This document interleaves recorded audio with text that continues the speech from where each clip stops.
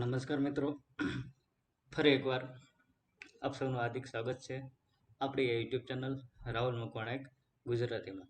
તો મિત્રો ઘણા મિત્રોને મને કોમેન્ટ્સ મળતી હતી કે મેડિકલ સર્જિકલ નર્સિંગના મોસ્ટ ટાઈમ ક્વેશ્ચનના MCQ જે છે એનો એક ભાગ બનાવો.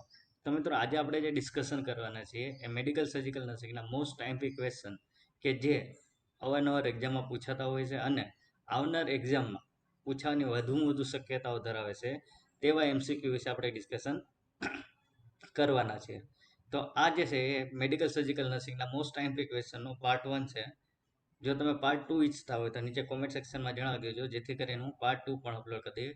તો આજનો જે આપણો વિડીયો લેક્ચર છે એ very important for various government competitive nursing exam. તો કોઈ પણ નર્સિંગ એક્ઝામ હશે એના માટે આજનો વિડીયો લેક્ચર ખૂબ જ મોસ્ટ ટાઈમ બની રહેશે. તો આ વિડીયો લેક્ચરમાં આપણે શું જોવાના છીએ? તો મિત્રો આજના વિડીયો લેક્ચરમાં આપણે મેડિકલ સર્જિકલ નર્સિંગ વિશેના મોસ્ટ ટાઈમ કે જે વારંવાર પરીક્ષામાં પૂછાય છે તેવા પ્રશ્નો વિશે ચર્ચા કરીશું. તો શરૂ કરીએ આજનો આપણો ખૂબ જ અગત્યનો વિડીયો લેક્ચર, જે કોઈ પણ કોમ્પિટિટિવ એક્ઝામ માટે ખૂબ જ મોસ્ટ ટાઈમ છે. તો વિડીયો લેક્ચર શરૂ કરતા પહેલા જો તમે આ ચેનલ પર નવા છો તો આ ચેનલને આજે સબસ્ક્રાઇબ કરો. તમારી યુટ્યુબ ચેનલ રાહુલ મકવાણા ગુજરાતીને સબસ્ક્રાઇબ કરો અને સાથે સાથે મારી બીજી YouTube channel Rahul Makwana nurse, આ બંનેને આજે સબસ્ક્રાઇબ કરો અને એક્ઝામ માટેના ખૂબ જ અગત્યના વિડીયો લેક્ચર મેળવો અને સાથે સાથે નોટિફિકેશન માટેનું બેલ આઇકન પ્રેસ કરવાનું ભૂલતા નહીં, જેથી કરીને તમને અગત્યની નોટિફિકેશન મળી રહે. તો શરૂ કરીએ આપણો વિડીયો લેક્ચર. તો આજનું વિડીયો લેક્ચર શરૂ કરતા પહેલા મિત્રો, અહીંયા આપણે જે MCQ જોવાના છીએ એ કોઈને કોઈ એક્ઝામમાં પૂછાયેલા છે. એટલે કે અહીંયા તમારી સામે જે MCQ હશે મોસ્ટ ટાઈમ હશે. બીજું કે દરેક પ્રશ્નમાં જવાબ વિચારવા માટે તમને 1 મિનિટ એટલે કે 60 સેકન્ડનો સમય આપવામાં આવશે. આ 60 સેકન્ડની અંદર તમારે જવાબ આપવાનો છે. 60 સેકન્ડ બાદ હું તમને ફાઇનલ આન્સર આપીશ, તેની સાથે તમે કરેક્ટ કરી લેજો અને તમારા જે આન્સર છે એ નીચે કોમેન્ટ સેક્શનમાં તમે લખજો અને સાથે સાથે ક્વેશ્ચન નંબર મેન્શન કરવાનું ભૂલતા નહીં. તો શરૂ કરીએ આપણો આજનો video lecture, medical surgical nursing most MCQ question. તો પહેલો પ્રશ્ન છે તમારી સામે ડિસ્પ્લે પર. તો પહેલો પ્રશ્ન એવો છે, early indicator of hypoxia in unconscious patient is. Option તમારી સામે ડિસ્પ્લે પર છે. યોર ટાઈમ સ્ટાર્ટ નાવ.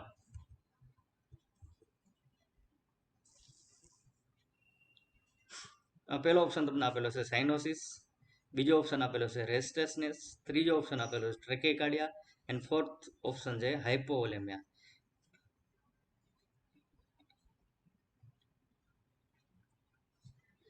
પ્રશ્ન એવો છે કે અનકોન્શિયસ પેશન્ટ જે છે એમાં હાઇપોક્સિયા ડેવલપ થવા માટેનું અર્લી ઇન્ડિકેટર એટલે સૂચન કયું છે?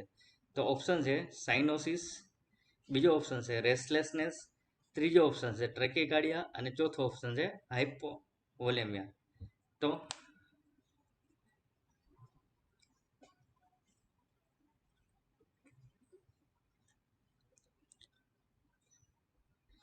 અનકોન્શિયસ પેશન્ટમાં હાઇપોક્સિયા ડેવલપ થાય એનું કઈ રીતે ખબર પડે, એનું ઇન્ડિકેટર શું છે તે આપણે અહીંયા પૂછવા માગે છે.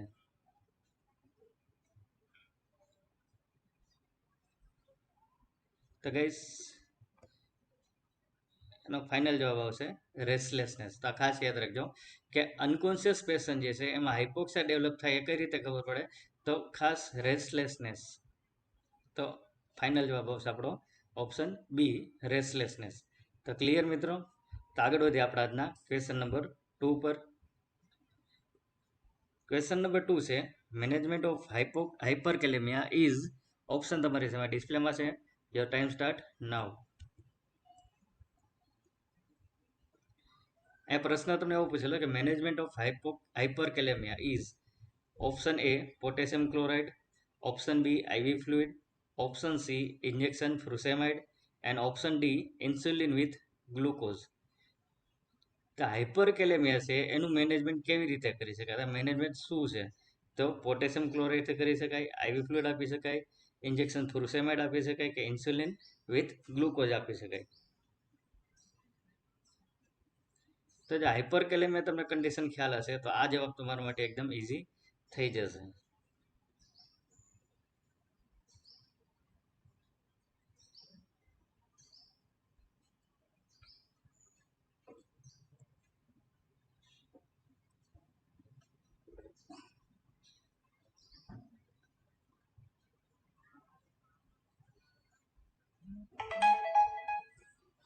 ઓકે ગાઈસ, તો આનો જવાબ આવશે ઇન્સ્યુલિન વિથ ગ્લુકોઝ. તો હાઇપરકેલેમિયા જે છે એના મેનેજમેન્ટમાં શું આપવામાં આવે છે? તો કે ઇન્સ્યુલિન વિથ ગ્લુકોઝ. તો ક્લિયર મિત્રો? હવે તો આગળ વધીએ આપણે આજના ક્વેશ્ચન નંબર 3 પર. તો ક્વેશ્ચન નંબર 3 છે lack of which neurotransmitter cause Parkinson disease. Your time start now. Question એવો છે lack of which neurotransmitter cause Parkinson disease. Option A dopamine, option B acetylcholine, option C noradrenaline અને option D adrenaline.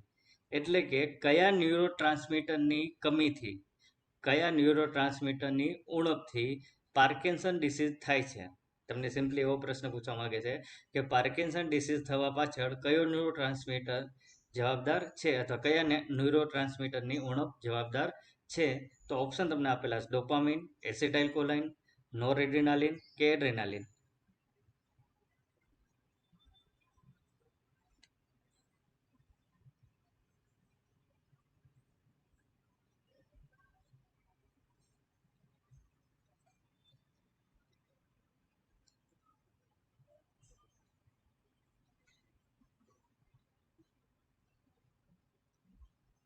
આનો જવાબ આવશે dopamine. તો Parkinson disease જે છે એ dopamine જે ન્યુરો ટ્રાન્સમીટર છે એની ઉણપ અથવા તો એ ના હોય, અથવા તો પાર્કિન્સન ડિસીઝ જવા પાછળ કયો ન્યુરો ટ્રાન્સમીટર જવાબદાર છે? ડોપામિન. તો ક્લિયર મિત્રો? હવે તો આગળ વધીએ આપણે આજના ક્વેશ્ચન નંબર 4 પર.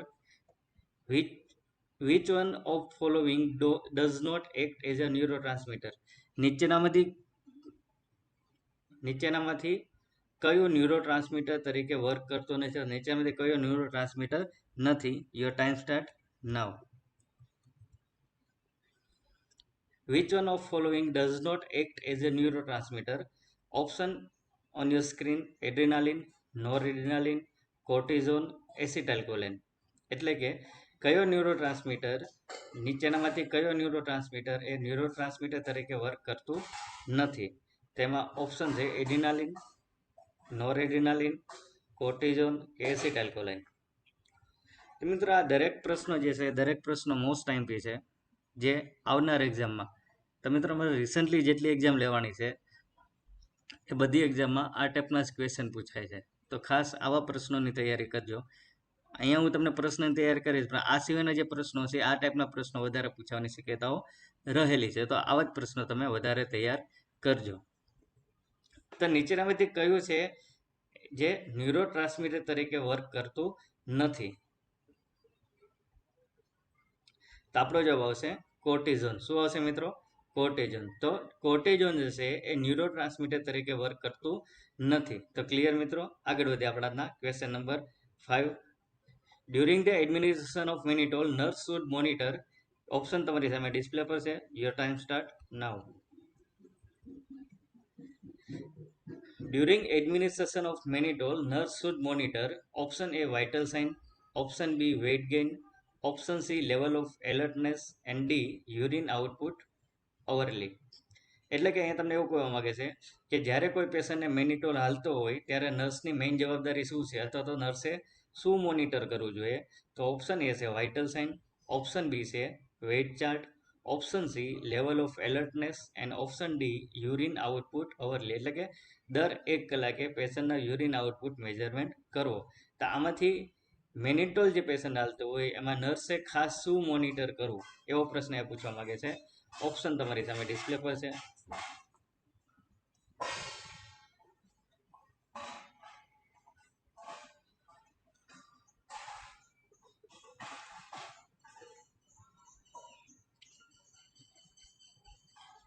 તો મિત્રો ખાસ રાખજો, જે પેશન્ટને મેનિટોલ હાલતું હોય એ પેશન્ટનું 1 અવરલી યુરિન આઉટપુટ મેજર કરવું અથવા યુરિન આઉટપુટ ચાર્ટ ખાસ મેન્ટેન કરવો જોઈએ. તો ક્લિયર મિત્રો? તો આગળ વધીએ આપણે આજના ક્વેશ્ચન નંબર 6 પર. ક્વેશ્ચન નંબર 6 એવો છે કે nuchal rigidity, fever, headache are the classical sign of blank. Your time start now.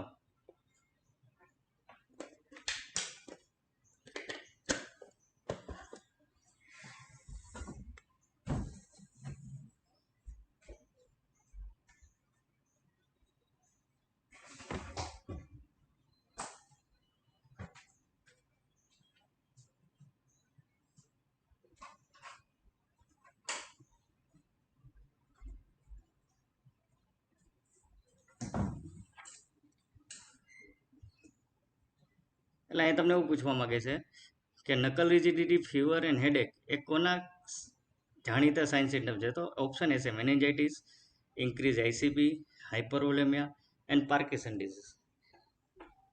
તો nuchal rigidity, fever, headache are the classical sign of meningitis, increased ICP, hypervolemia and Parkinson disease. તો મિત્રો ખાસ યાદ રાખજો કે અહીંયા તમારી સામે ડિસ્પ્લે પર જે ત્રણ સાઇન આપેલા છે, nuchal rigidity, fever and headache are the classical sign of meningitis. તો ક્લિયર મિત્રો? આઈ હોપ કે તમારો પણ આ જવાબ હશે સાચો પડ્યો હશે. તો નકલ રિજિડિટી આવે એસેમાં જોવા મળે છે? મેનિન્જાઇટિસમાં, ફીવર પણ મેનિન્જાઇટિસમાં જોવા મળે છે અને હેડેક પણ મેનિન્જાઇટિસમાં જોવા મળે છે. તો આ ત્રણ જે છે મેનિન્જાઇટિસના ક્લાસિકલ સાઇન છે. તો ક્લિયર મિત્રો? આગળ વધીએ આપણે ક્વેશ્ચન નંબર 7 પર. ક્વેશ્ચન નંબર 7 છે, inability to speak or understand spoken word is known as, option તમારી સામે ડિસ્પ્લે પર છે. Your time start now. The inability to speak or understand spoken word is known as or is called as, option A agnosia, option B aphasia, option C aspexia and option D apraxia. તો કહેવા એવું માંગે છે મિત્રો કે વ્યક્તિ બોલી ના શકે અથવા તો બોલેલું જે છે એ વ્યવસ્થિત સમજી ના શકે, તો એ કન્ડિશનને શું કહેવામાં આવે છે? એગ્નોસિયા, એફેઝિયા, આસ્ફેક્સિયા ઓર એપ્રેક્સિયા.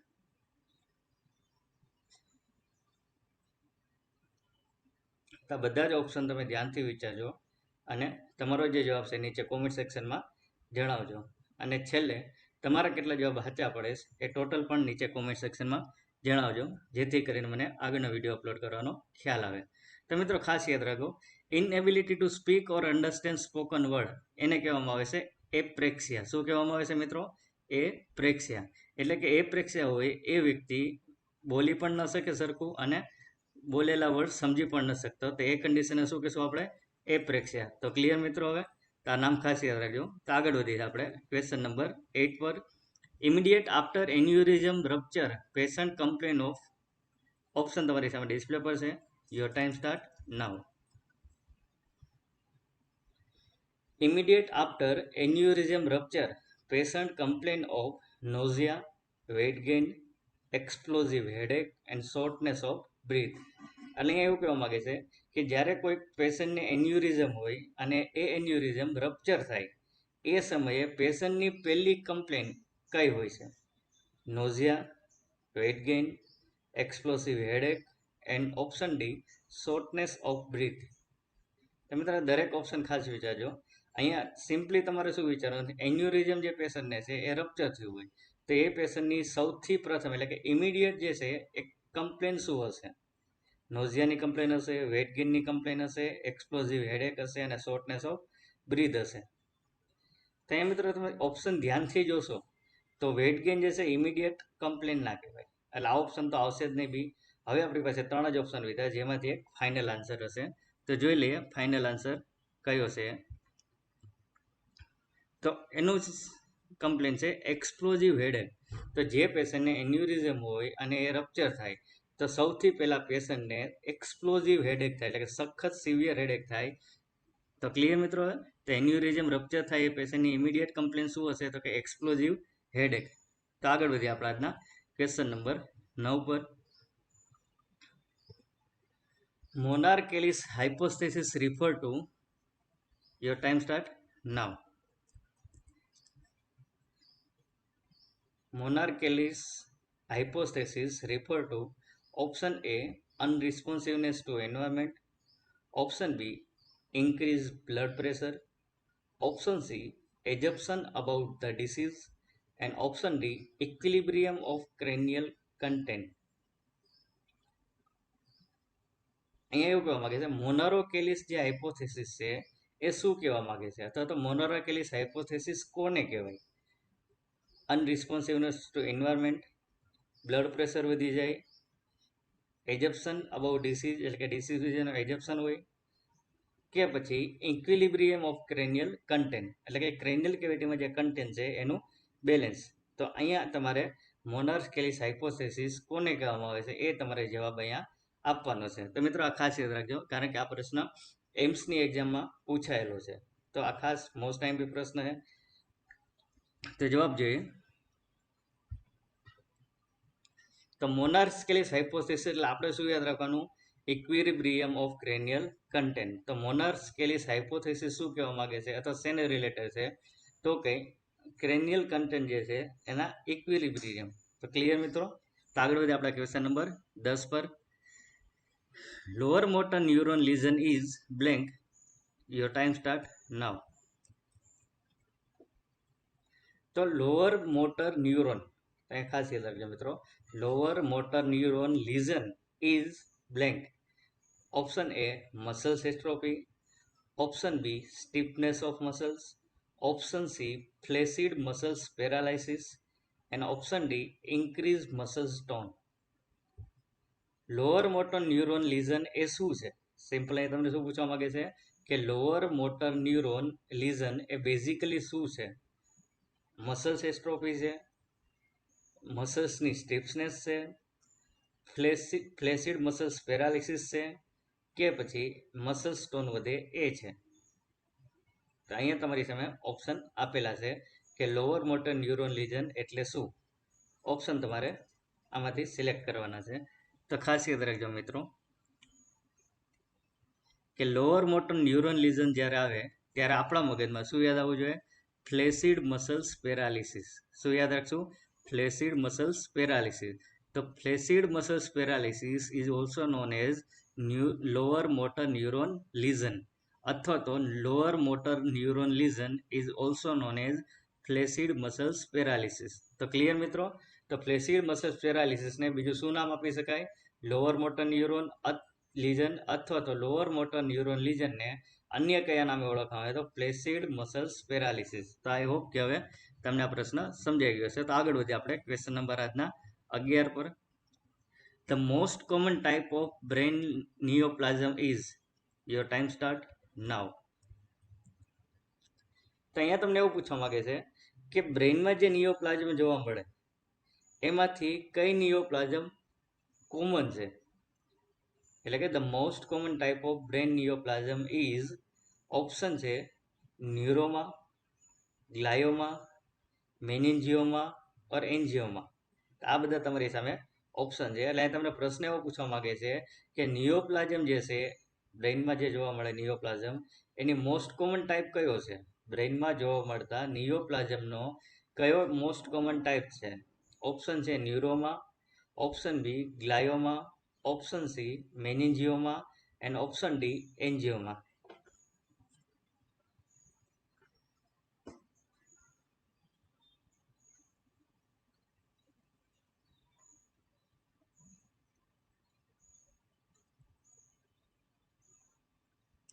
તો મિત્રો ખાસ યાદ રાખજો કે બ્રેઇનના જે નિયોપ્લાઝમ છે એમાં મોસ્ટ કોમનલી જોવા મળતું નિયોપ્લાઝમ એ છે ગ્લાયોમા. શું છે મિત્રો? ગ્લાયોમા. તો આપણે શું જવાબ યાદ રાખશું? Option B glioma. તો ગ્લાયોમા જે છે એ most common types of brain neoplasm. તો ક્લિયર મિત્રો? આગળ વધીએ આપણે આજના ક્વેશ્ચન નંબર 12 પર. What should be advise to prevent progress of Buerger's disease? Your time start now.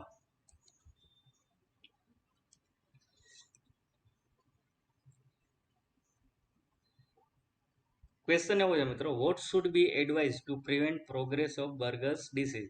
Burgers ડિસીઝનો પ્રોગ્રેસ થતો અટકાવવા માટે શું સલાહ આપવામાં આવે છે? What should be advise to prevent progress of Buerger's disease, એટલે કે બર્ગર્સ ડિસીઝ થતો અટકાવવા માટે શું સલાહ આપવામાં આવે છે?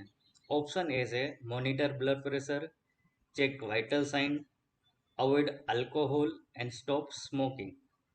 તો બર્ગર્સ ડિસીઝ થતો અટકાવવા માટે કઈ સલાહ આપવામાં આવે છે? તો કે બીપી માપવું, વાઇટલ સાઇન ચેક કરવા, આલ્કોહોલ અવોઇડ કરવો કે પછી સ્મોકિંગ સ્ટોપ કરવું. તો આ 4 ઓપ્શનમાંથી એવી કઈ એડવાઇસ છે કે જે એડવાઇસ બર્ગર ડિસીઝ થતો અટકાવવા માટે આપવામાં આવે છે?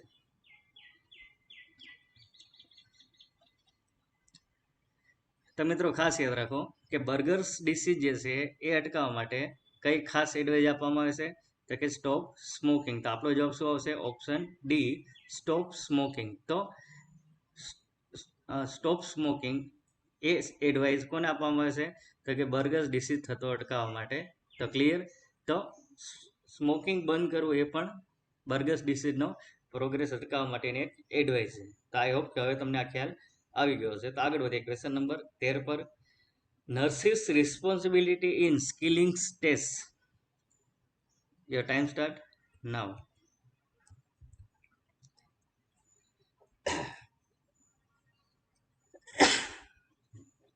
કે સ્કિલિંગ ટેસ્ટ વખતે નર્સની શું રિસ્પોન્સિબિલિટી છે, અથવા તો nurses responsibility in Schilling test, એટલે કે સ્કિલિંગ ટેસ્ટમાં નર્સની શું રિસ્પોન્સિબિલિટી છે? Option A, collect 24 hour urine sample. Option B, collection of blood sample. Option C, sputum collection. Option D, IV fluid administration. તો ખાસ યાદ મિત્રો, સ્કિલિંગ ટેસ્ટ જો તમને ખ્યાલ હશે તો આ પ્રશ્નનો જવાબ તમને ઓટોમેટિક આવડી જશે. તો સ્કિલિંગ ટેસ્ટ કરતી વખતે નર્સે શું ખાસ ધ્યાનમાં રાખવું? તો અહીંયા તમારી સામે ઓપ્શન આપેલા છે.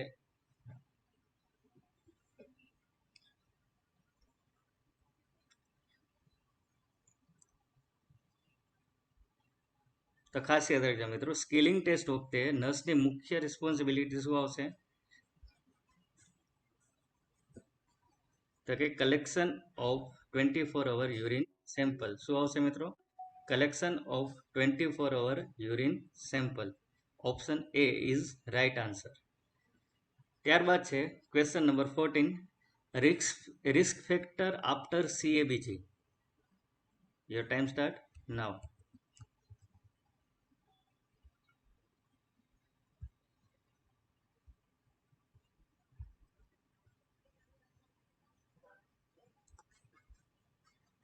તો પ્રશ્ન એવો છે કે રિસ્ક ફેક્ટર આફ્ટર CABG, એટલે કે CABG કરાવ્યા પછી કયું રિસ્ક ફેક્ટર વધારે રહેલું છે?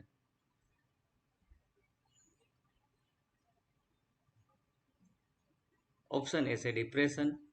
Option B dizziness. Option C heart failure. Option D forgetfulness, એટલે કે ભૂલી જવું. તો CABG કરાવ્યા પછી કયું રિસ્ક ફેક્ટર વધારે રહેલું છે? તો કે ડિપ્રેશન. Option B ડિઝીનેસ.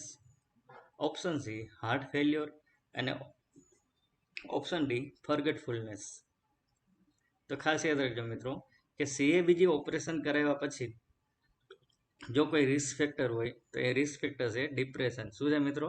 ડિપ્રેશન. તો CABG કરાવ્યા પછીનું મેઇન રિસ્ક ફેક્ટર કયું છે? તો કે ડિપ્રેશન. તો ખાસ યાદ રાખજો, CABG નું કરાવ્યા પછીનું મેઇન રિસ્ક ફેક્ટર ડિપ્રેશન. તો આઈ હોપ કે હવે તમને આ બાબતનો ખ્યાલ આવી ગયો છે. તો આગળ વધીએ ક્વેશ્ચન નંબર 15 પર. Changes associated with aplastic anaemia. Your time start now.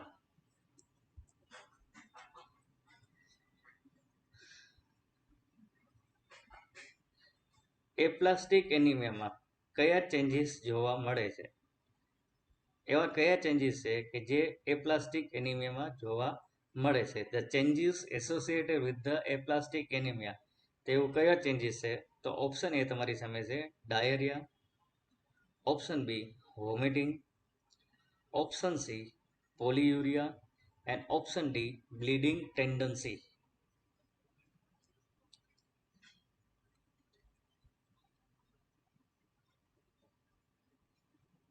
તો મિત્રો આપ સૌને જણાવો કે અહીંયા તમારી સામે જે બધા પ્રશ્નો છે એ બધા મોસ્ટ ટાઈમથી પ્રશ્નો છે, અને નીચે તમે તમારા જે રાઈટ આન્સર હોય એ નીચે કોમેન્ટ સેક્શનમાં લખતા જજો, જેથી કરીને તમને ખ્યાલ આવે કે તમારો આન્સર રાઈટ છે કે રોંગ છે. તો એ મિત્રો ખાસ યાદ રાખજો કે એપ્લાસ્ટિક એનિમિયા છે એમાં મેઇન કયો ચેન્જીસ જોવા મળે છે? તો આપણો જવાબ આવશે બ્લીડિંગ ટેન્ડન્સી. શું જવાબ આવશે મિત્રો? Bleeding tendency. તો main changes associated with aplastic anaemia, the right answer is bleeding tendency. તો ક્લિયર. તો એપ્લાસ્ટિક એનિમિયામાં મુખ્યત્વે કયો ચેન્જીસ જોવા મળે છે? તો કે bleeding tendency.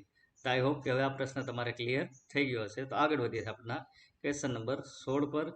After repair of aortic aneurysm immediate risk is. Your time start now.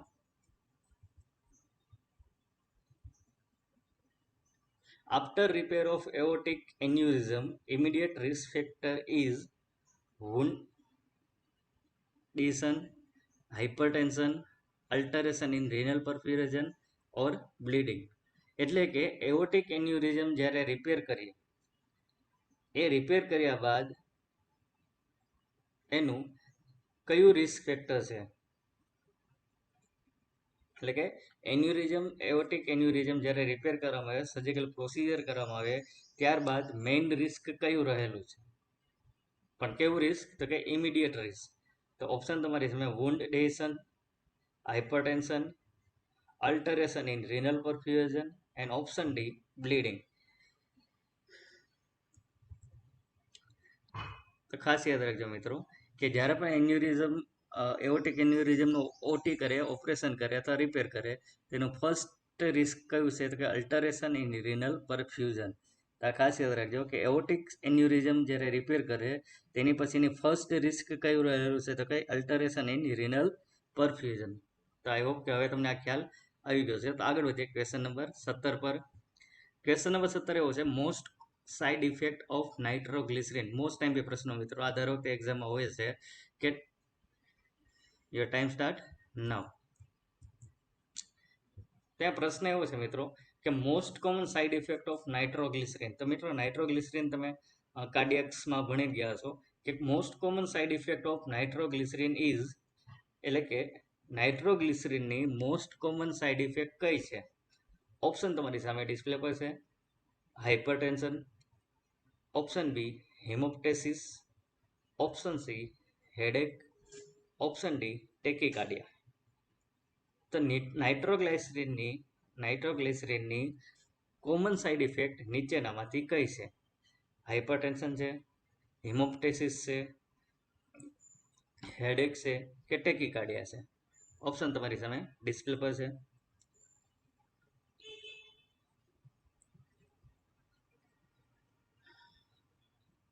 તો જે લોકોએ આઈસીયુમાં કામ કરેલું છે એને આ સાઇડ ઇફેક્ટને ઇઝીલી ખ્યાલ આવશે.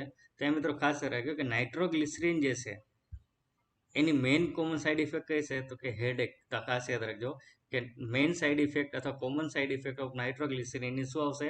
હેડેક. તો ઓપ્શન સી ઇઝ રાઇઝાન્ટલ હેડેક. તો ક્લિયર મિત્રો? તો આગળ વધીએ આપણા આજના ક્વેશ્ચન નંબર 18 પર. મોસ્ટ ટાઈમ પ્રશ્ન જે વારંવાર એક્ઝામમાં પૂછાય જ છે. યોર ટાઈમ સ્ટાર્ટ નાઉ. એ પ્રશ્ન તમને એવો પૂછવામાં આવેલો કે removal of entire lungs is called, એટલે કે જ્યારે આખા લંગ્સને જ રિમૂવ કરવામાં આવે તો તે પ્રોસિજરને શું કહેવામાં આવે છે? ઓપ્શન તમારી સામે છે ન્યુમેનેક્ટોમી, લોબેક્ટોમી, પ્લુરેક્ટોમી એન્ડ ગેસ્ટ્રોક્ટોમી. એટલે હ્યુમન બોડીમાંથી આખા લંગ્સને રિમૂવ કરવાની પ્રોસિજરને શું નામ આપવામાં આવે છે? તો ન્યુમેનેક્ટોમી, લોબેક્ટોમી, પ્લુરેક્ટોમી ઓર ગેસ્ટ્રેક્ટોમી. તમે તો અહીંયા તમે ઓપ્શન ધ્યાનથી જોશો ને તો અહીંયા ગેસ્ટ્રેક્ટોમી છે. તો ગેસ્ટ્રેક એટલે કે related to intestine or digestive system. તો ઓપ્શન ડી આપણો જવાબ નહીં આવે. તો અહીંયા આપણી પાસે 3 ઓપ્શન જ વધે છે, ન્યુમેનેક્ટોમી, લોબેક્ટોમી અને પ્લુરેક્ટોમી. પ્લુરાને રિમૂવ કરવામાં આવે તો પ્લુરેક્ટોમી, લંગ્સના લોબને રિમૂવ કરવામાં આવે તો લોબેક્ટોમી. તો હવે મિત્રો તમને હાઇલાઇટ થઈ ગયો છે કે સાચો જવાબ શું આવશે? ન્યુમેનેક્ટોમી. તો ક્લિયર મિત્રો? તો એક લોબને રિમૂવ કરવામાં આવે તો લોબેક્ટોમી, પ્લુરલ લેયરને રિમૂવ કરવામાં આવે તો પ્લુરેક્ટોમી અને જીએ રિલેટેડ હતો ગેસ્ટ્રેક્ટોમી. તો સાચો જવાબ શું આવશે આપણો? Option A pneumonectomy. તો ક્લિયર મિત્રો? આવી રીતે તમારે એમસીક્યુ સોલ્વ કરવાના છે એક્ઝામમાં. તો આગળ વધીએ આપણા આજના ક્વેશ્ચન નંબર 19 પર. ECG change in myocardial infarction. Your time start now. ECG changes in myocardial infarction. Option A presence of U wave, option B winded QRS, option C ST segment depression, option D ST segment elevation. એટલે કે માયોકાર્ડિયક infarction જ્યારે હોય ત્યારે ઇસીજીમાં કયા changes જોવા મળે છે? તો કે એમાં યુ વેવ જોવા મળે છે, ક્યુ વેવ જે છે એ પહોળો થઈ જાય છે, એસટી સેગમેન્ટ છે એ ડિપ્રેસ થઈ જાય છે, અથવા તો એસટી સેગમેન્ટ જે છે એ એલિવેટ થાય છે. તો ખાસ જે લોકોએ કાર્ડિયક અથવા આઈસીયુમાં કામ કરેલું હશે એ લોકોને આ પ્રશ્નનો જવાબ ઇઝીલી આવડી જશે કે એમઆઈ વાળા જે પેશન્ટ હોય એ પેશન્ટના ઇસીજીમાં મેઇન કયો ચેન્જીસ જોવા મળે છે. તો અહીંયા તમારી સામે અલગ અલગ ઓપ્શન આપેલા છે. અથવા તો તમે જે એમઆઈ વાળા પેશન્ટનો ઇસીજી જોયો હશે તો પણ આ જવાબ તમને આવડી જશે. તો ખાસ યાદ રાખજો મિત્રો કે જે માયોકાર્ડલ ઇન્ફાર્ક્શન વાળા પેશન્ટ હશે એમાં એસટી સેગમેન્ટ એલિવેશન જોવા મળે. શું મળે છે જોવા? ST segment elevation. તો આપણો જવાબ આવશે right D, ST segment elevation. તો આગળ વધીએ આપણે ક્વેશ્ચન નંબર 20 પર. નોર્મલ પલ્મોનરી આર્ટરી પ્રેશર કેટલું હોય છે? બરાબર, તો normal pulmonary artery pressure blank. Your time start now. The question is normal pulmonary artery pressure is option A 5 to 10 mg of Hg, 10 to 15 mm of Hg, option C 15 to 20 mm of Hg, option D 25 to 13 mm of Hg. એટલે કે normal pulmonary artery જે છે એમાં pressure કેટલું હોય છે અથવા તો પલ્મોનરી આર્ટરીમાં નોર્મલ પ્રેશર કેટલું હોય છે? 5 થી 10 mm of Hg, 10 થી 15 mm of Hg, 15 થી 20 mm of Hg એન્ડ 25 થી 30 mm of Hg. એટલે કે પલ્મોનરી આર્ટરીમાં નોર્મલી કેટલું પ્રેશર હોય છે? અહીંયા તમને સિમ્પલી એવો પ્રશ્ન પૂછવા માગે છે. તો મિત્રો બધા પ્રશ્નો મોસ્ટ ટાઈમ છે. જરૂર લાગે તો આ પ્રશ્નો તમે તમારી બુકમાં પણ લખી શકો છો. તો ખાસ યાદ રાખજો મિત્રો કે પલ્મોનરી આર્ટરીમાં નોર્મલ પ્રેશર હોય છે 15 થી 20 mm ઓફ Hg. તો આપણો જવાબ આવશે option C is right answer, 15 to 20 mm of Hg. તો ખાસ યાદ રાખજો મિત્રો કે નોર્મલ પલ્મોનરી આર્ટરી છે એમાં પ્રેશર કેટલું હોય છે? 25 થી 20 mm ઓફ Hg. તો આઈ હોપ કે હવે તમને આ બાબતનો ખ્યાલ આવી ગયો છે. તો આગળ વધીએ ક્વેશ્ચન નંબર 21 પર. Which of the following is associated with atherosclerosis? Your time start now.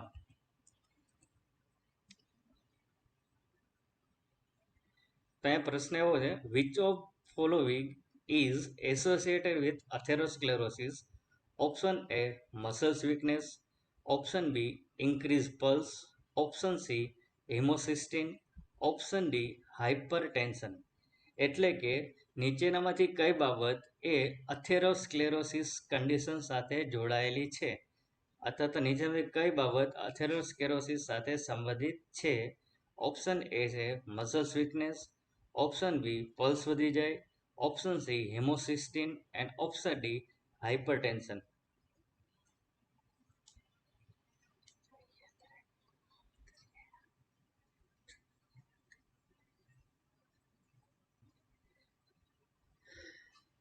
તો મિત્રો ખાસ યાદ રાખજો કે અથેરોસ્ક્લેરોસિસ જે કન્ડિશન છે એમાં શું જોવા મળે? તો કે હેમોસિસ્ટીન. શું જોવા મળશે? હેમોસિસ્ટીન. તો હેમોસિસ્ટીન ઇઝ એસોસિએટેડ વિથ અથેરોસ્ક્લેરોસિસ. તો હેમોસિસ્ટીન એ ખાસ યાદ રાખજો કે અથેરોસ્ક્લેરોસિસ સાથે એસોસિએટેડ છે. તો આગળ વધીએ આપણે આજના ક્વેશ્ચન નંબર 22 પર. Greatest priority for a person who is to have laryngectomy post pre-operatively. તો અહીંયા એવું કહેવા માંગે છે મિત્રો, greatest priority for a person who is to have laryngectomy pre-operatively. એટલે કે લેરિંગેક્ટોમી પેશન્ટમાં કઈ બાબતનું ખાસ ધ્યાન રાખશું? તો ઓપ્શન તમારી સામે ડિસ્પ્લે પર છે. Your time start now.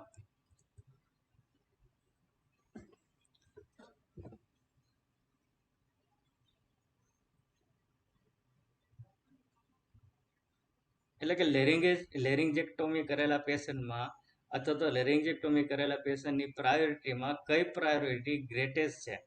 The greatest priority for a person who is to going laryngectomy procedure.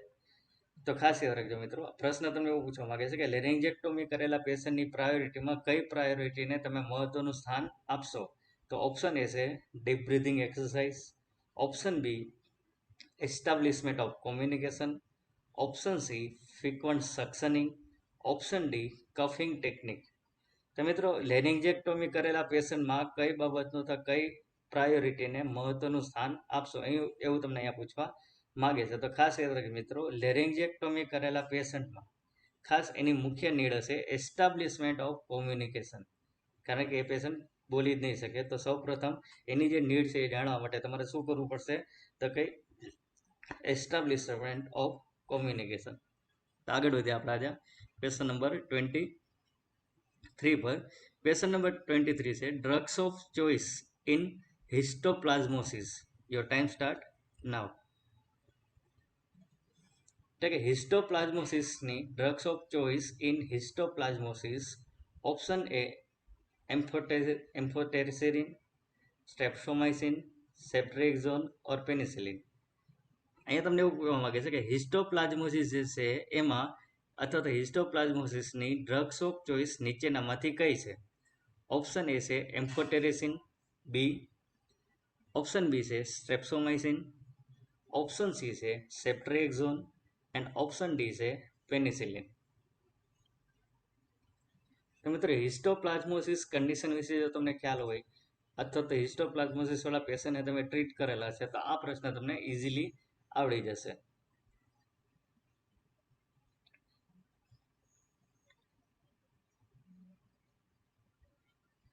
તો મિત્રો ખાસ યાદ રાખજો કે હિસ્ટોપ્લાઝમોસિસની ડ્રગ્સ ઓફ ચોઇસ છે એમ્ફોટેરેસિન બી. શું આવશે મિત્રો? એમ્ફોટેરેસિન બી, જે આજકાલ આપણે ફંગસ અથવા તો મ્યુકર માઇકોસિસ વાળા પેશન્ટની ટ્રીટમેન્ટમાં વાપરીએ છીએ. તો એ જે એમ્ફોટેરેસિન બી છે એ હિસ્ટોપ્લાઝમોસિસ માટે પણ ડ્રગ્સ ઓફ ચોઇસ તરીકે વપરાય છે. તો ક્લિયર મિત્રો, આ પ્રશ્ન ખાસ યાદ રાખજો, એક્ઝામની દૃષ્ટિએ મોસ્ટ આઈમ્પી છે. તો આગળ વધીએ આપણે આજના ક્વેશ્ચન નંબર 24 પર. Early manifestation of laryngeal cancer. Option તમારી સામે ડિસ્પ્લે પર છે. Your time start now. Early manifestation of laryngeal cancer.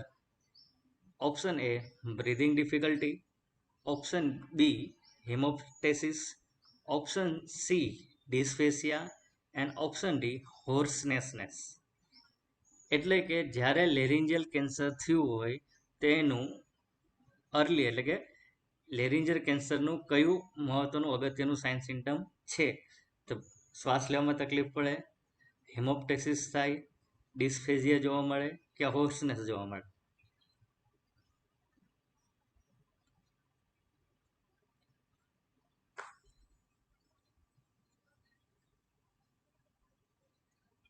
તો મિત્રો તમારા જે જવાબ છે એ નીચે કોમેન્ટ સેક્શનમાં જણાવો અને સાથે સાથે તમે એના ક્વેશ્ચનના નંબર લખતા જાઓ જેથી કરીને એક્ઝેક્ટ ખ્યાલ આવી શકે. તો ક્વેશ્ચન નંબર અને બાજુમાં એનો આન્સર. તો મિત્રો અહીંયા ખાસ રાખજો, લેરિન્જિયલ કેન્સર જે છે એનું મેઇન અર્લી મેનિફેસ્ટેશન એ છે હોર્સનેસ. કયું આવશે? હોર્સનેસ, જે આપણે કેન્સરના વોર્નિંગ સાઇનમાં પણ ભણી ગયેલા છીએ. તો hoarseness of voice is a early manifestation of laryngeal cancer. એટલે કે લેરિન્જિયલ કેન્સરનું અર્લી મેનિફેસ્ટેશન કયું છે? તો કે હોર્સનેસ ઓફ વોઇસ, એટલે કે અવાજ જે છે એ ભારે થઈ જાય. તો લેરિન્જિયલ કેન્સર વાળા પેશન્ટને અવાજ ભારે થઈ જાય એનું અર્લી સાઇન સિમ્ટમ છે. તો ક્લિયર મિત્રો, આગળ વધીએ ક્વેશ્ચન નંબર 25 પર. Hypergastrinemia is associated with which disease?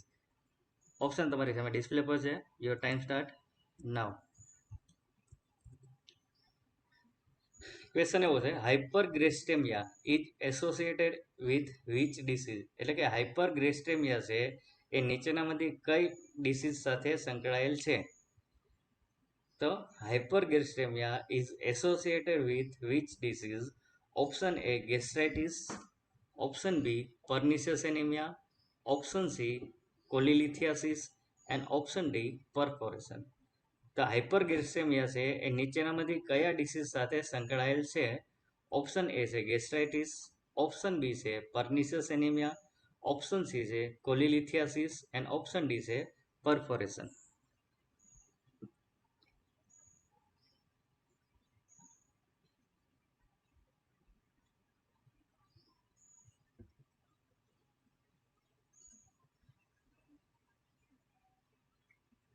એ મિત્રો ખાસ યાદ રાખજો, હાઇપરગ્લિસેમિયા છે એ પર્નિશિયસ એનિમિયાવાળા પેશન્ટમાં જોવા મળે છે. તો હાઇપરગ્લિસેમિયા એ એસોસિએટેડ વિથ વિચ ડિસીઝ? તો hyperglycemia is associated with pernicious anemia. તો option B is right answer, pernicious anemia.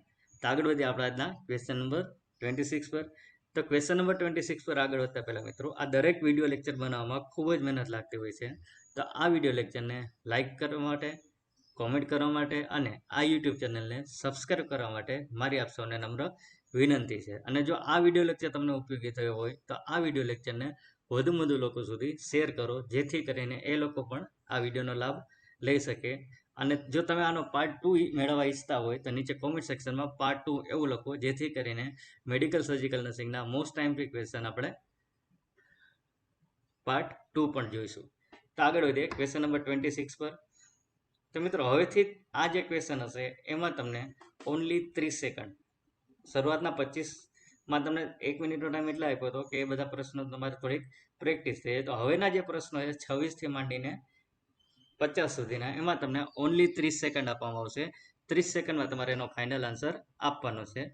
તો question number 26, a vertical plane through the body dividing into right and left is called. Option તમારી સામે છે. Your time start now.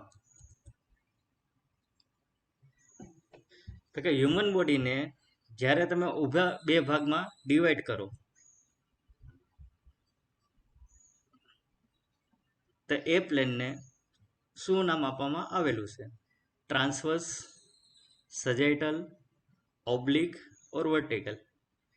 તો human body જે છે એને વચ્ચેથી કાલ્પનિક બે પાર્ટ કરીએ તો લેફ્ટ અને રાઈટ એમ બે ભાગમાં વેચાય. તો એ જે આપણે ઊભો ભાગ કરીએ એ પ્લેનને શું નામ આપવામાં આવે છે?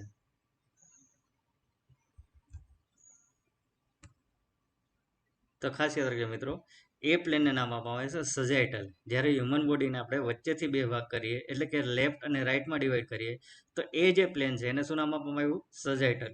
તો ક્લિયર મિત્રો? આગળ વધીએ આપણા ક્વેશ્ચન નંબર 27 પર. કેકોક્સિયા મીન્સ, ઓપ્શન તમારી સામે ડિસ્પ્લે પર છે. Your time start now. Cacogeusia means bad taste, option B sweet taste, option C loss of taste, option D increase salivation. કેકોક્સિયાનો મતલબ શું થાય? ખરાબ સ્મેલ, મીઠી સ્મેલ, સ્મેલ ન આવી કે સલાઇવેશન વધવું.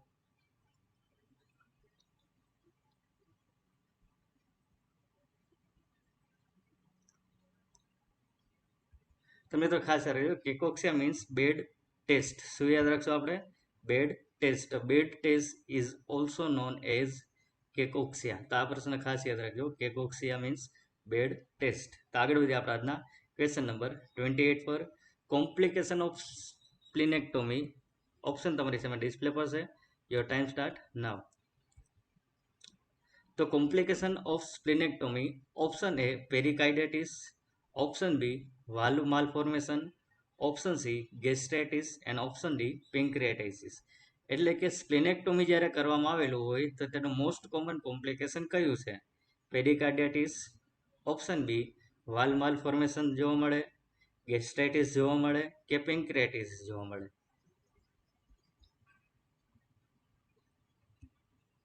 તમે તો ખાસ યાદ રાખજો કે જે પેશન્ટમાં સ્પ્લિનેક્ટોમી કરેલું હોય એની મેઇન કોમ્પ્લિકેશન છે પેન્ક્રિયાટાઇટિસ. કયું છે? પેન્ક્રિયાટાઇટિસ. તો ક્લિયર મિત્રો? હવે ખાસ યાદ રાખજો કે પેન્ક્રિયાટાઇટિસ છે એ સ્પ્લિનેક્ટોમીનું મોસ્ટ કોમન કોમ્પ્લિકેશન છે. તો આગળ વધીએ આપણા આજના ક્વેશ્ચન નંબર 29 પર. ક્વેશ્ચન નંબર 29 છે, absence of bowel sound and distended abdomen after the surgery indicate. Option તમારી સામે ડિસ્પ્લે પર છે. Your time start now. Absence of bowel sound and distended abdomen after the surgery indicate A. Bleeding, option B. Perforation, option C. Paralytic ileus and option D. Constipation. એટલે કે જ્યારે surgery પછી bowel sound ના જોવા મળે, ના સંભળાય અને એબડોમન જે છે એ ડિસ્ટેન્ડેડ થઈ જાય તો એ શું સૂચવે છે? એટલે કે બોવેલ સાઉન્ડ એબસન્ટ હોય અને એબડોમન ડિસ્ટેન્ડ થઈ જાય તે શું સૂચવે છે? તો ખાસ જવાબ યાદ રાખજો કે absence of bowel sound and distended abdomen after the surgery is indicated for paralytic ileus. તો આ મિત્રો ખાસ યાદ રાખજો, મોસ્ટ ટાઈમ પ્રશ્ન છે, વારંવાર એક્ઝામમાં પૂછાય છે કે બોવેલ સાઉન્ડ એબસન્ટ હોય અને એબડોમન જે છે એ ડિસ્ટેન્ડેડ હોય સર્જરી પછી, તો એ શું ઇન્ડિકેટ કરે છે? તો પેરાલાઇટિક ઇલિયસ. તો ક્લિયર મિત્રો? આગળ વધીએ ક્વેશ્ચન નંબર 30 પર. drugs of choice to control pain in patient with acute pancreatitis. Option તમારી સામે ડિસ્પ્લે પર છે. Your time start now. તો પેન્ક્રેટાઇટિસ વાળા પેશન્ટને પેઇન કંટ્રોલ કરવા માટે કઈ ડ્રગ્સ છે એ ચોઇસ ઓફ ડ્રગ્સ તરીકે ઓળખાય છે? ઓપ્શન એ છે NSAID, codeine and sulfate, meperidine or morphine. આ ખાસ યાદ રાખજો મિત્રો કે પેન્ક્રેટાઇટિસ જે પેશન્ટને હોય એમાં પેઇન કંટ્રોલ કરવા માટે કઈ ડ્રગ્સ છે જે ડ્રગ્સ ઓફ ચોઇસ તરીકે વપરાય છે? તો ખાસ યાદ રાખજો મિત્રો, એમાં આવશે મેફેન્ડ્રીન. કયું આવશે? મેફેન્ડ્રીન જે છે એ પેન્ક્રેટાઇટિસવાળા પેશન્ટમાં પેઇન કંટ્રોલ કરવા માટે ડ્રગ્સ ઓફ ચોઇસ તરીકે વપરાય છે. તો જરૂર પડે તો આ પ્રશ્ન તમારી નોટબુકમાં પણ લખી લો કે meperidine is drugs of choice to control pain in patient with acute pancreatitis. તો ક્લિયર મિત્રો? તો આગળ વધીએ આપણે આજના ક્વેશ્ચન નંબર 31 પર. 31 ક્વેશ્ચન એવો છે, અ sense taken Blackmore tube is inserted in a patient to stop esophageal bleeding. Upon insertion of tube, patient complain of shortness of breathing. Nurse first action will be. Option તમારી સામે display પર છે. Your time start now. ત્યાં simply એવું કહેવા માંગે છે કે Sengstaken Blakemore tube inserted to the esophageal bleeding, એટલે કે ઇસોફેજિયલ બ્લીડિંગ અટકાવવા માટે Sengstaken Blakemore tube insert કરેલી છે. એ ઇન્સર્ટ કર્યા બાદ પેશન્ટની કમ્પ્લેન શોર્ટનેસ ઓફ બ્રીથની છે. તો નર્સે સૌ પ્રથમ શું કરવું જોઈએ? Monitoring vital sign, check SpO2, deflate the esophageal balloon and remove the tube. તો મિત્રો ખાસ યાદ રાખજો, જ્યારે બી આવી કમ્પ્લેન હોય, પેશન્ટની ઇસોફેજિયલ બ્લીડિંગ સ્ટોપ કરવા માટે કેથેટર નાખેલું હોય, તો સૌપ્રથમ, અને પેશન્ટને જ્યારે શોર્ટનેસ ઓફ બ્રીથની કમ્પ્લેન હોય ત્યારે સૌપ્રથમ નર્સનો રોલ છે ડિફ્લેટ ધ ઇસોફેજિયલ બલૂન. તો ક્લિયર મિત્રો? તો જ્યારે ઇસોફેજિયલ બલૂનને ડિફ્લેટ કરવામાં આવે ત્યારે પેશન્ટની શોર્ટનેસ ઓફ બ્રીથની કમ્પ્લેન છે એ ઓછી થઈ જાય છે. તો ખાસ યાદ રાખજો મિત્રો, આ પ્રશ્ન વારંવાર એક્ઝામમાં પૂછાય છે. તો આગળ વધીએ ક્વેશ્ચન નંબર 32 પર. Patient with pheochromocytoma nurse should access. Option તમારી સામે ડિસ્પ્લે પર છે. Your time start now.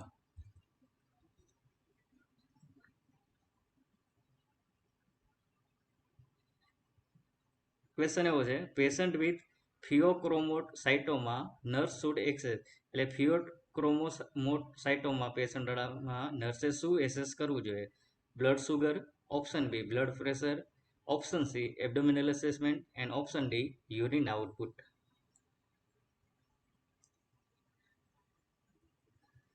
તો ખાસ યાદ રાખજો મિત્રો કે ફિયોક્રોમોસાઇટોમા વાળા પેશન્ટ છે એમાં નર્સે એનું ખાસ બ્લડ પ્રેશર મેજરમેન્ટ કરવું. આગળ વધીએ ક્વેશ્ચન નંબર 33 પર. Peak action of regular insulin is. Option તમારી સામે ડિસ્પ્લે પર છે. યોર ટાઈમ સ્ટાર્ટ નાઉ. એટલે કે રેગ્યુલર જે ઇન્સ્યુલિન લેવામાં આવે છે એની પીક એક્શન કેટલા સમય સુધી રહી છે, અથવા તો પીક એક્શન ક્યારે જોવા મળે છે? તો ઓપ્શન એ છે 2 થી 8 કલાકમાં, 6 થી 10 કલાકમાં, કે 2 થી 4 કલાકમાં, કે પછી ઇમિડિયેટ આફ્ટર એડમિશન, એટલે કે ઇન્સ્યુલિન આપવામાં આવે તરત એની પીક એક્શન જોવા મળે છે. તો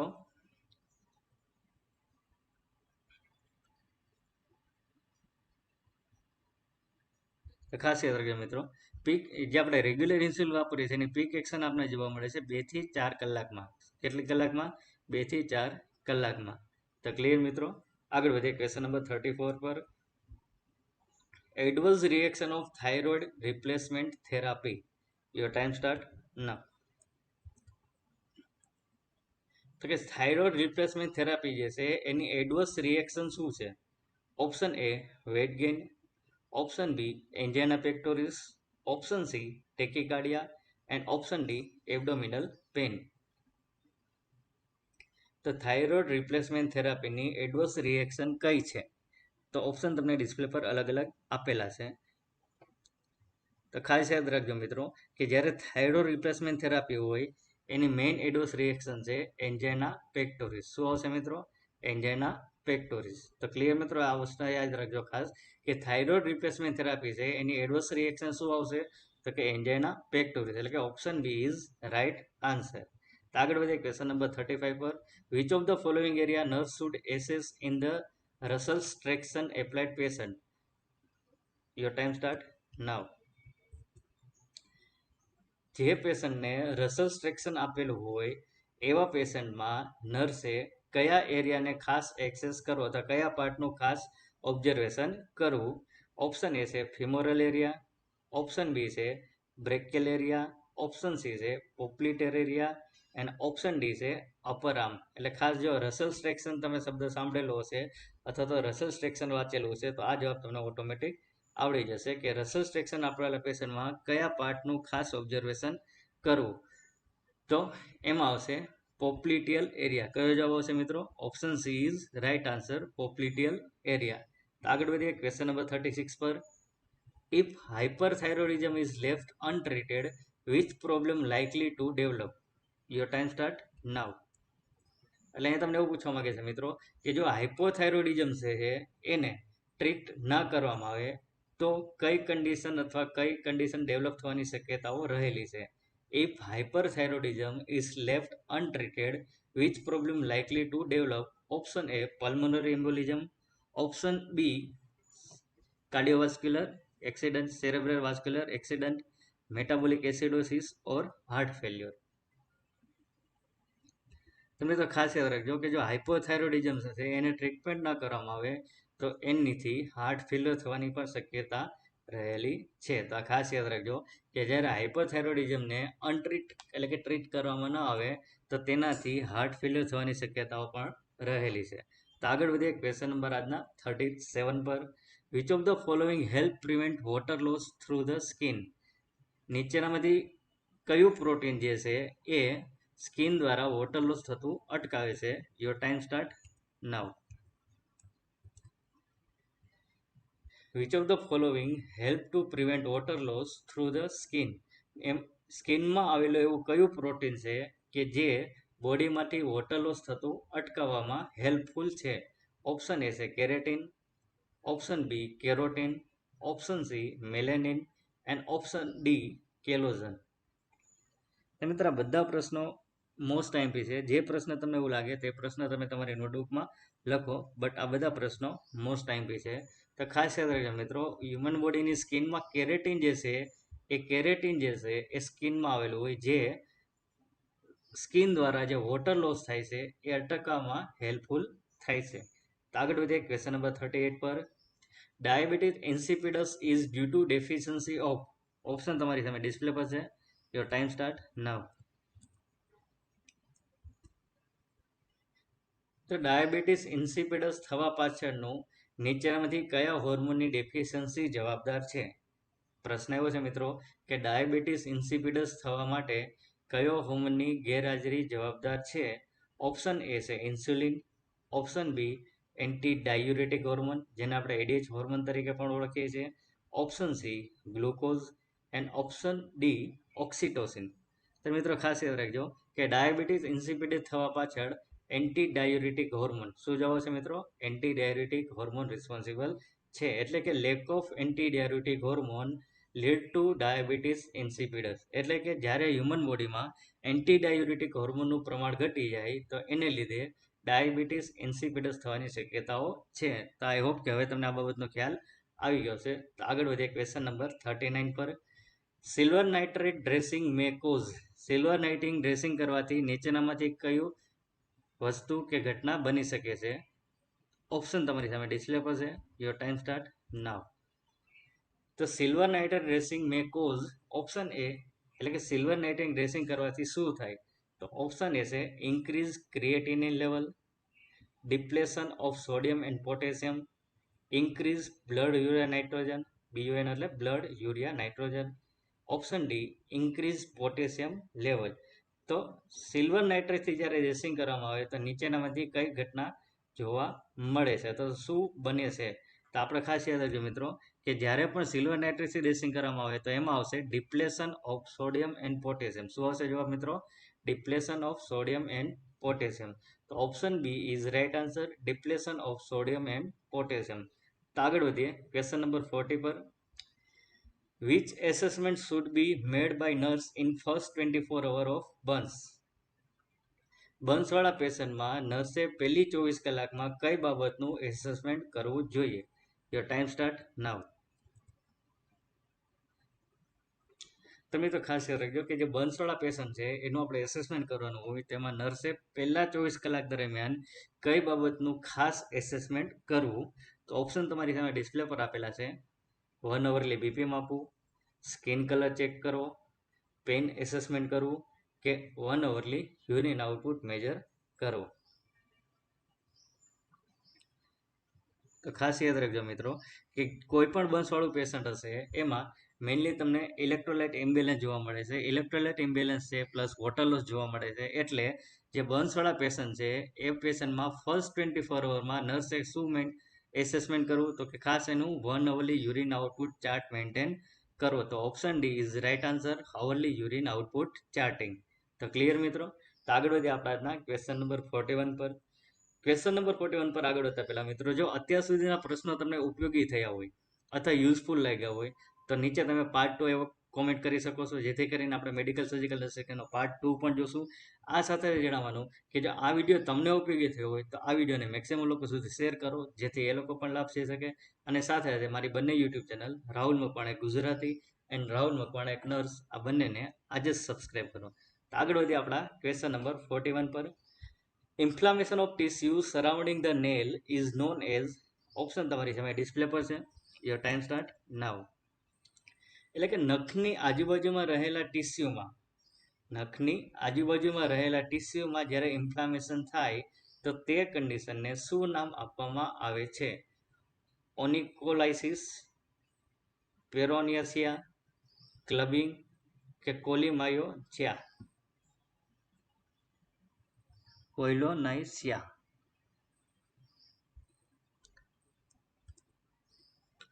તો ખાસ યાદ રાખો મિત્રો કે નખની આજુબાજુમાં રહેલા જ્યારે ટીસ્યુમાં ઇન્ફ્લામેશન લાગે તો એ કન્ડિશનને નામ આપવામાં આવે છે પેરોનિયાસિયા. શું નામ આપવામાં આવે છે?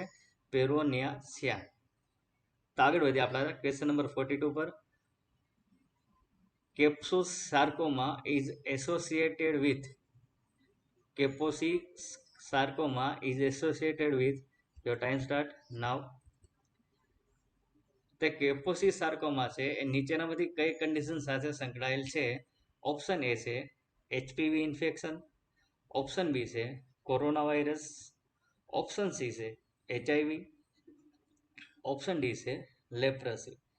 તો કેપોસી સાર્કોમા નીચેનામાંથી કયા ડિસીઝ સાથે સંકળાયેલ છે?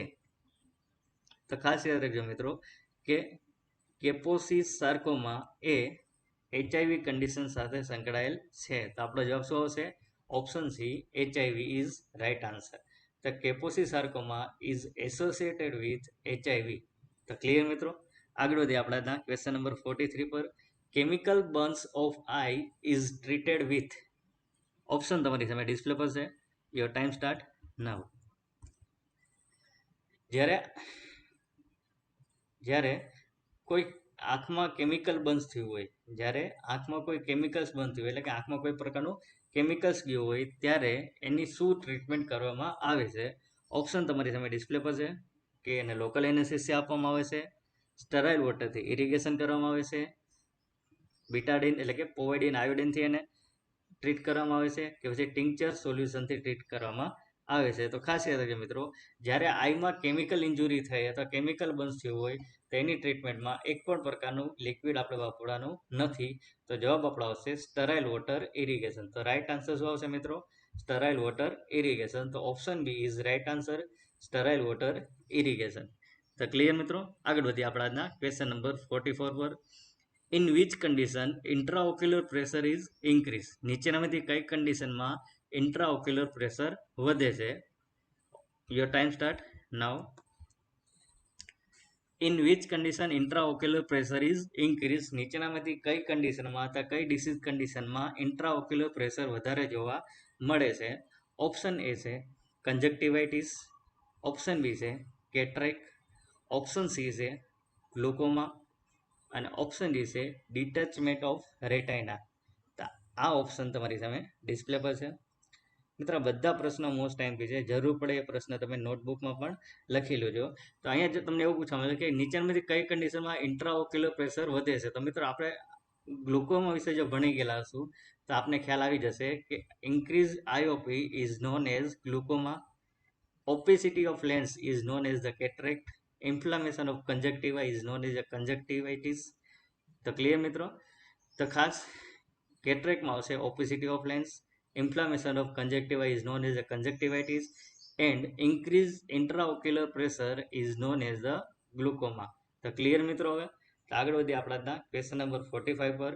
which of the following indicate pancreatitis? your time start now. નીચેનામાંથી કઈ વસ્તુ એ પેન્ક્રિયાટાઇટિસ ઇન્ડિકેટ કરે છે? ઓપ્શન એ છે elevated lipase, elevated blood urine nitrogen, increase erythrocyte sedimentation rate એટલે કે ESR, option D increase hematocrits. તો ખાસ યાદ રાખજો મિત્રો કે જ્યારે લાઇપેઝનું પ્રમાણ બ્લડમાં વધી જાય એટલે કે એલિવેટેડ લાઇપેઝ લેવલ છે એ શું ઇન્ડિકેટ કરે છે? પેન્ક્રિયાટાઇટિસ. એટલે કે elevated lipase is indicates the pancreatitis. તો ખાસ યાદ રાખજો મિત્રો, option A elevated lipase is the right answer. તો આગળ વધીએ આપણા આજના ક્વેશ્ચન નંબર 46 પર. Logan's bow device is use in which operative procedure? Logan's bow device નીચેનામાંથી કયા સર્જરીમાં વાપરવામાં આવે છે? ઓપ્શન તમારી સામે ડિસ્પ્લે પર છે. Your time start now. તો લોગન બો ડિવાઇસ જે છે એ નીચેમાંથી કયા ઓપરેશનમાં વાપરવામાં આવે છે? ઓપ્શન એ છે ફિસ્યુલા, ઓપ્શન બી છે એપેન્ડિસેક્ટોમી, ઓપ્શન સી છે cleft lip and palate repair, option D છે ઇસોફેશિયલ એટ્રેસિયા. તો આ જે સર્જરી છે આમાંથી કઈ સર્જરીમાં લોગન બો ડિવાઇસ વાપરવામાં આવે છે? તો ખાસ યાદ રાખજો મિત્રો, લોગન બો ડિવાઇસ જે છે એ ઓરલ સર્જરીમાં એટલે કે ક્લેફ્ટ લિફ્ટ અને ક્લેફ્ટ પેલેટ જે છે એ રિપેર કરતી વખતે વાપરવામાં આવે છે. તો ઓપ્શન સી એટલે કે cleft lip and cleft palate is a right answer. તો Logan bow device is use in the cleft lip and palate repair operative procedure. તો ક્લિયર મિત્રો? આગળ વધીએ આપણા ક્વેશ્ચન નંબર 47 પર. Thick filament are composed of protein. તો thick filament એ નીચેનામાંથી કયા પ્રોટીનના બનેલા હોય છે? ઓપ્શન તમારી સામે ડિસ્પ્લે પર છે. Your time start now. તો થિક ફિલામેન્ટ નીચેનામાંથી કયા પ્રોટીનના બનેલા હોય છે? તો ઓપ્શન એ છે માયોસિન, ઓપ્શન બી છે એક્ટિન, ઓપ્શન સી છે ટ્રોફેનિન, ઓપ્શન ડી છે ટ્રોફોમાયોસિન. તો થિક ફિલામેન્ટ જે આવેલા હોય એ થિક ફિલામેન્ટ નીચેનામાંથી કયા પ્રોટીનના બનેલા હોય છે? મિત્રો અહીંયા તમારી જે પ્રશ્નો મૂકવામાં આવેલા છે અગાઉની પરીક્ષામાં પૂછાયેલા જ બધા પ્રશ્નો છે, એટલે કે બધા પ્રશ્નો મોસ્ટ ટાઈમપી છે. તો અહીંયા તમને જે પ્રશ્ન પૂછવામાં આવેલો છે કે થિક ફિલામેન્ટ એ શેના બનેલા હોય છે? તો આપણો જવાબ આવશે ઓપ્શન એ થિક ફિલામેન્ટ એ માયોસિન પ્રોટીનના બનેલા હોય છે. તો માયોસિન એટલે કે option A is right answer, myosin. તો આગળ વધીએ 48 પર. After assessing vital sign of patient undergone epidural anesthesia, which of the following nurse should access? Epidural anesthesia આપતી વખતે પેશન્ટના વાઇટલ સાઇન માપવા માટે નર્સે કઈ બાબતનું ખાસ ધ્યાન રાખવું? તો ઓપ્શન તમારી સામે ડિસ્પ્લે પર છે. Your time start now. After assessing the vital sign of patient undergone epidural anesthesia, which following nurse should access? Epidural anesthesia આપતી વખતે પેશન્ટના વાઇટલ સાઇન માપ્યા પછી નર્સે કઈ બાબતનું એસેસમેન્ટ કરવું જોઈએ? ઓપ્શન તમારી સામે છે orientation, option B abdominal assessment, option C inability to move limb and option D bladder distension. તો વાઇટલ સાઇન માપ્યા પછી નર્સે કઈ બાબતનું એક્સેસ કરવું જોઈએ?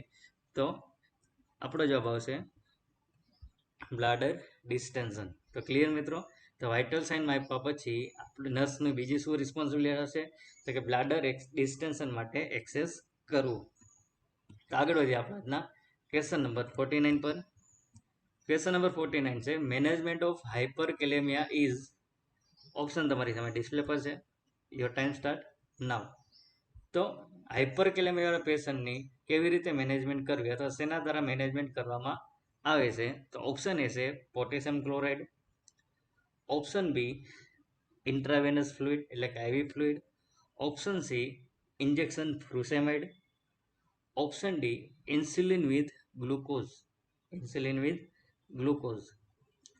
તો ખાસ યાદ રાખજો મિત્રો, આ પ્રશ્ન આપણે અગાઉ પણ આવી ગયો હતો. તો આનો જવાબ આવશે, શું આવશે? Insulin with glucose.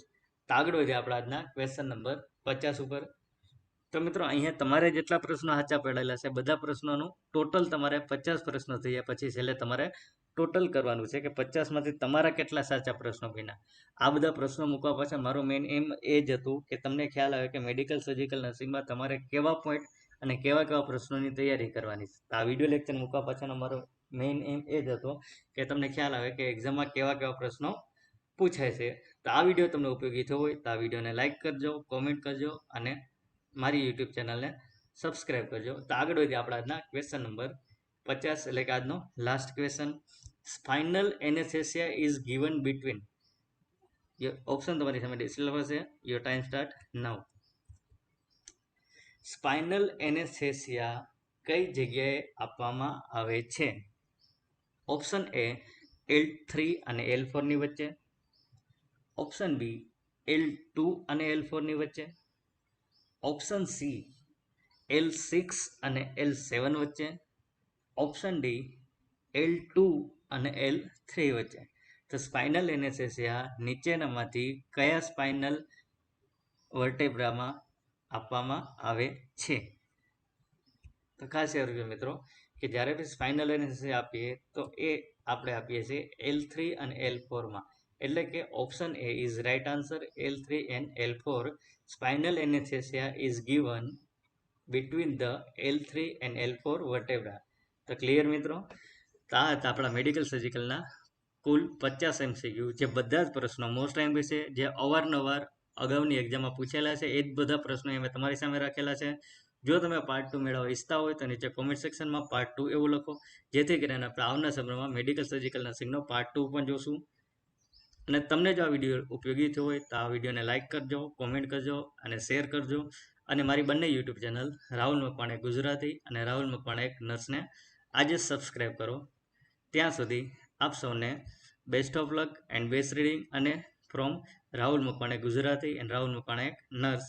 અને છેલ્લે તમારા માર્ક્સનું ટોટલ નીચે કોમેન્ટમાં કરવાનું ભૂલતા નહીં, જેથી કરીને મને અગાઉ વિડીયો બનાવવાનો ખ્યાલ આવે.